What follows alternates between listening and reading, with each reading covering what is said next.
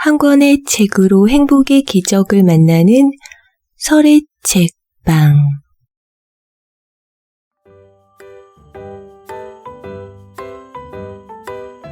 생각해보면 나는 늘 이유가 궁금했다. 그래서 학창시절 선생님이 내게 무언가를 시키면 언제나 왜요? 라고 물었다.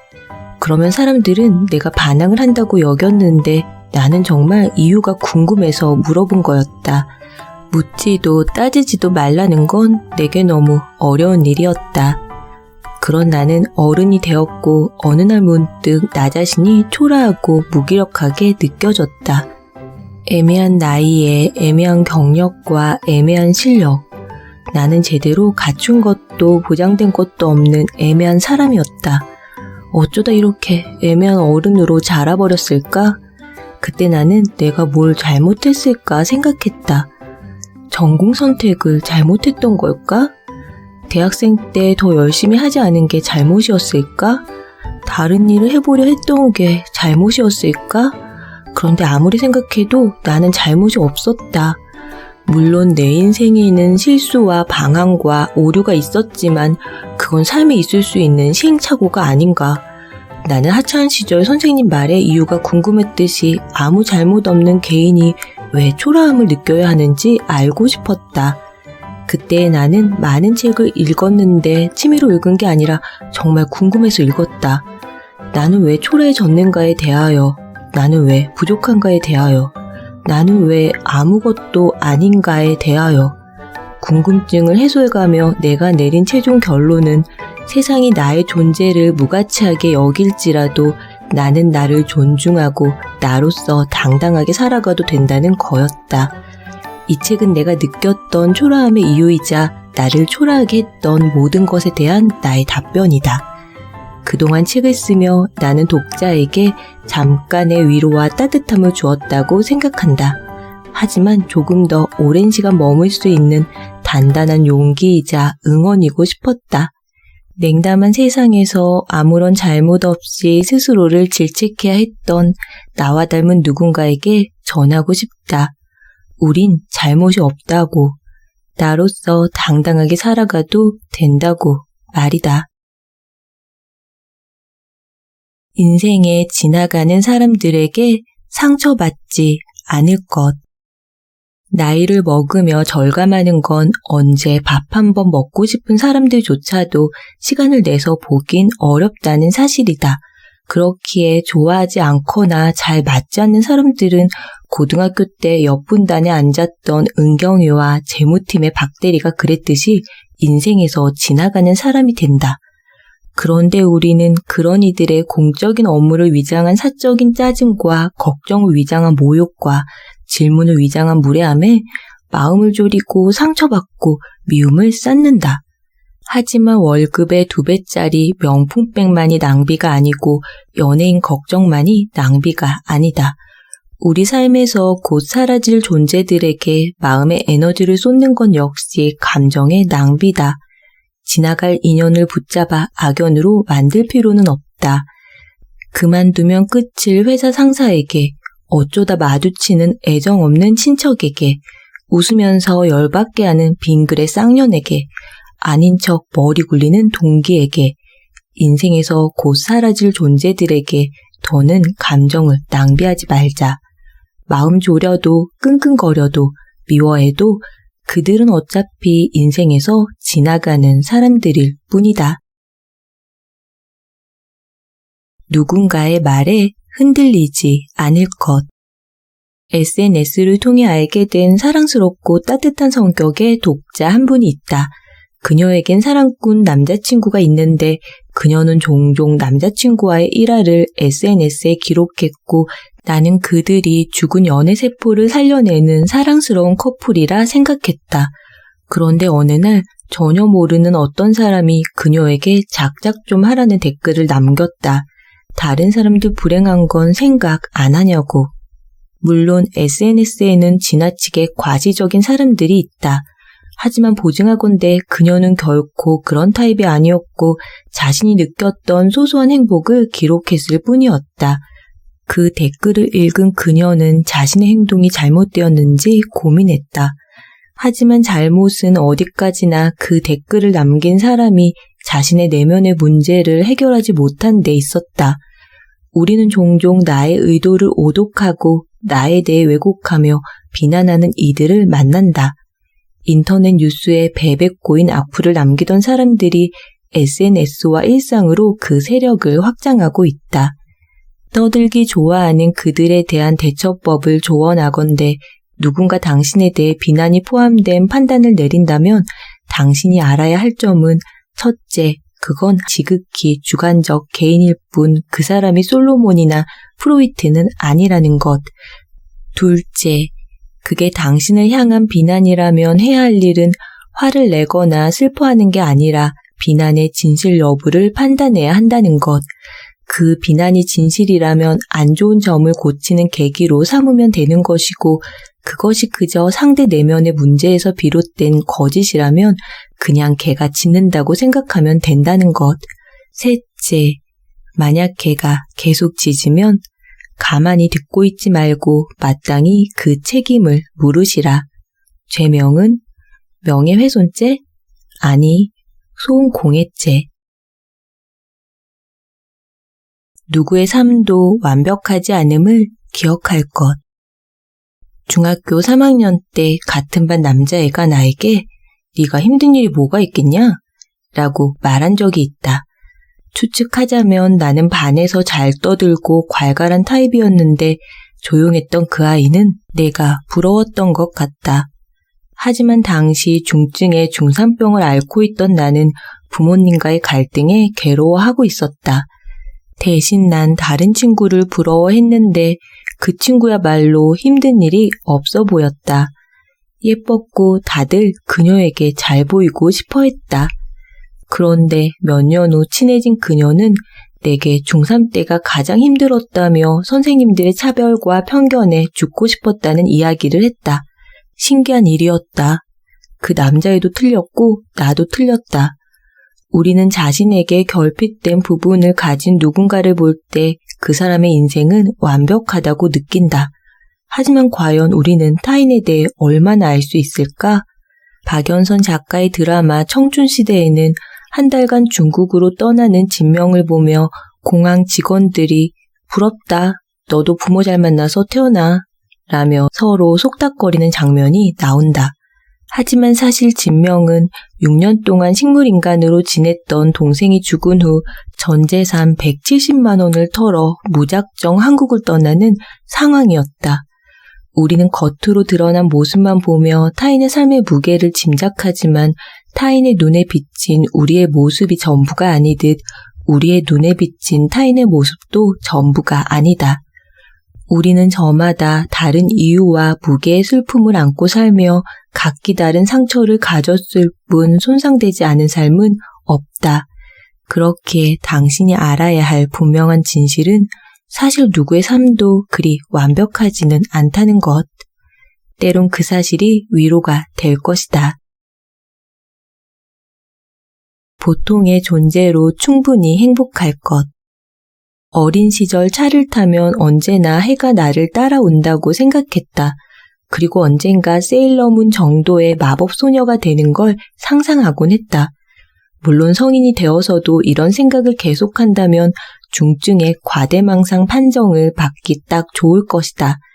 그래도 나이를 먹으면 악의 무리로부터 세상을 구하는 영웅은 아닐지라도 어딘가 특별한 어른이 되어 있을 것만 같았다.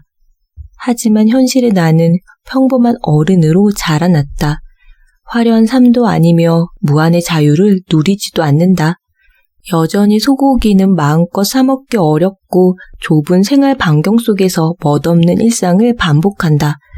그런데 생각해보면 평범한 어른 중에 한 사람이 되었다는 사실을 깨닫는 지점, 어린 시절 내가 품었던 이상을 떠나보내는 지점, 어른의 사춘기는 그 지점에서 오는 게 아닐까? 물론 그 순간이 슬프고 씁쓸하기는 하다. 하지만 어린 시절의 환상과 기대감에서 벗어나 보통의 존재로서 자신의 삶을 꾸리는 것, 어른의 숙제란 그런 것인지도 모른다. 나는 앞으로도 세일러 문이 돼서 지구를 구할 일도, 워렌 버핏과 점심을 먹을 일도, 소르본 대학의 교수가 될 일도 없을 것이다.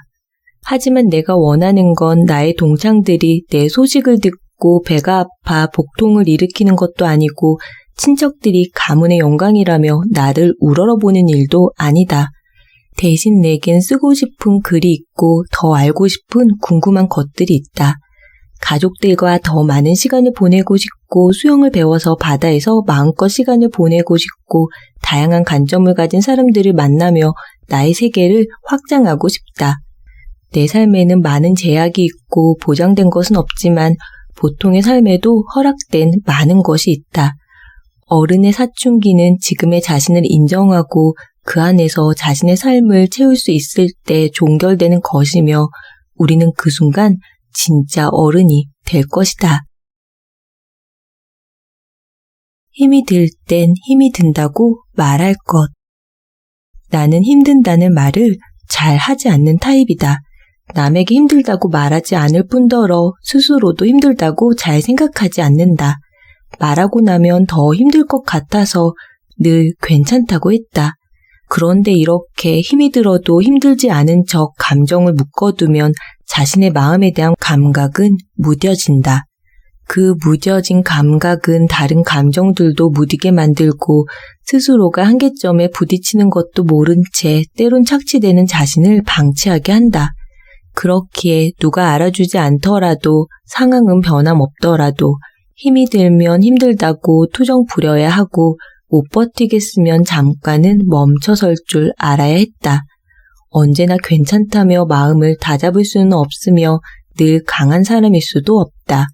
그러니 인생의 마찰력이 버거울 때, 책임감에 익사할 것 같을 때, 집에 돌아온 순간 눈물이 날 때, 나도 이제 힘들다 라고 말하라. 누구도 당신을 대신 지켜줄 수 없고 견디기 버거운 희생은 자기 학대일 뿐이다. 조금은 이기적이어도 괜찮고 조금은 무책임해도 된다. 책임감을 논하며 질식할 때까지 스스로를 방치하는 것만큼 자기 자신에게 무책임한 일은 없다. 모든 이들에게 이해받으려 애쓰지 않을 것. 결혼은, 취업은, 연애는, 저축은. 사람들은 이런 질문이 불편하다고 착각한다. 사실은 질문이 불편한 게 아니다. 그 질문 뒤에 내려지는 나에 대한 타인의 판단이 불편한 거다. 자신들의 방식과 다르다는 이유로 나를 잘못된 사람으로 만드는 시선과 판단, 자신에 대해서도 잘 모르면서 타인에 대해선 심리학자이자 프로파일러이자 가장 중립적 비평가로 둔갑하여 너무나 쉽게 판단한다.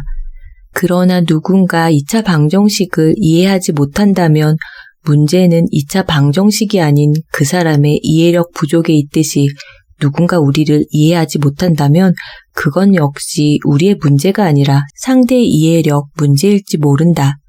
그러니 그들에게 쩔쩔맬 필요도 없고 모든 이에게 우리를 증명하려 애쓸 필요도 없다. 우리는 편협한 이들에게 이해받으려 사는 게 아니다. 당신의 삶은 당신의 것이다. 모든 사람과 잘 지내려 욕심내지 말 것. 이웃 할머니가 친구네 집에 놀러와 다음에도 가끔 집에 놀러와도 되냐고 물었다. 친절했던 친구는 그래도 된다고 했다. 그랬더니 그 다음에는 수상한 종교를 설파하는 손녀가, 그 다음에는 손녀와 친구들이 불쑥 찾아왔다. 어딜 가나 친절한 사람을 난처하게 만드는 사람들이 있다. 그래서 때때로 친절에 브레이크를 걸어야 한다. 상대가 불편해 할지라도 때론 거절해야 하며 단호하고 깐깐하게 굴기도 해야 한다. 물론 그게 쉬운 일은 아니라서 나 역시도 종종 고민한다.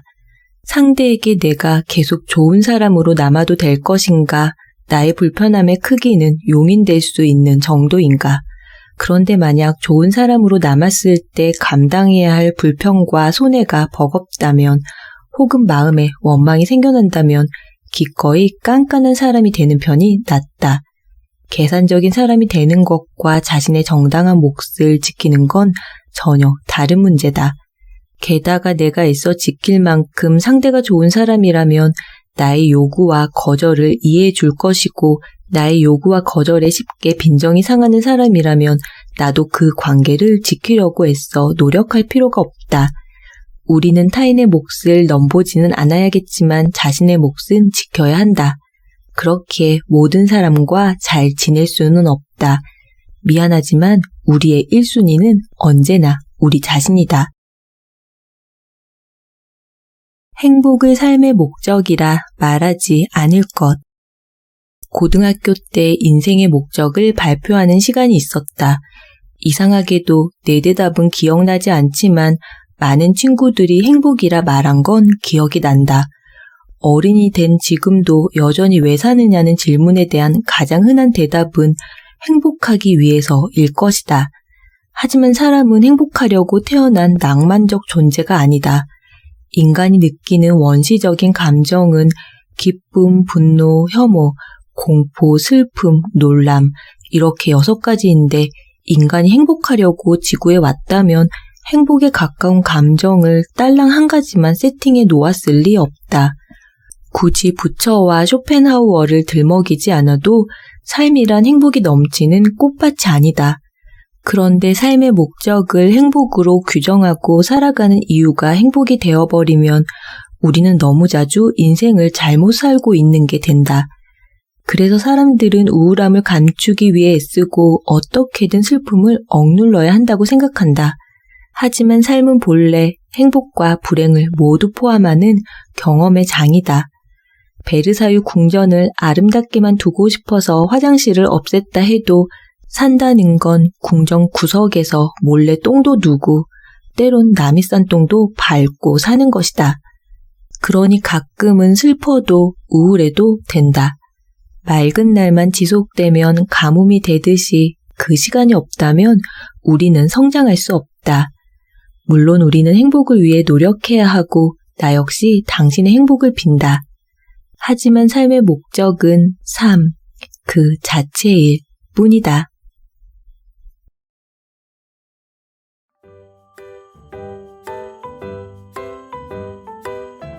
오늘 서리책방에서 여러분과 함께한 책은 김수연 지음 클레이하우스 출판 나는 나로 살기로 했다 입니다. 2016년 출간 이후 국내에서만 100만 부 이상 판매되며 나로 살기 열풍을 이끈 이 책의 시작은 작가가 느낀 이유 없는 초라함 때문이었다고 합니다.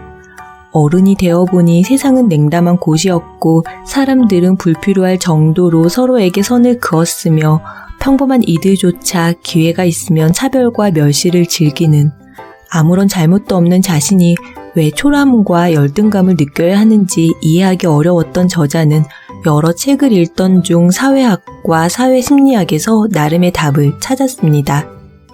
개인의 불행과 불안은 내면에서 발생하는 화학작용이 아닌 사회와 타인과의 관계 속에서 일어난다는 결론에 닿은 것이죠. 이 책이 최장기 스테디셀러로 오랫동안 큰 사랑을 받고 있는 까닭은 작가가 전하는 메시지가 지금 이 순간 이 시대를 살아가는 우리 모두의 현실 문제와 갈등에 정확히 맥이 닿아 있기 때문일 것입니다. 누구도 몰라주는 내 마음을 알아주는 것 같은 따뜻한 위로와 응원이 큰 힘이 되는 것이죠. 한 권의 책으로 희망과 용기를 발견한 이 시간을 통해 여러분들의 오늘이 더욱 아름답게 빛나기를 바랍니다.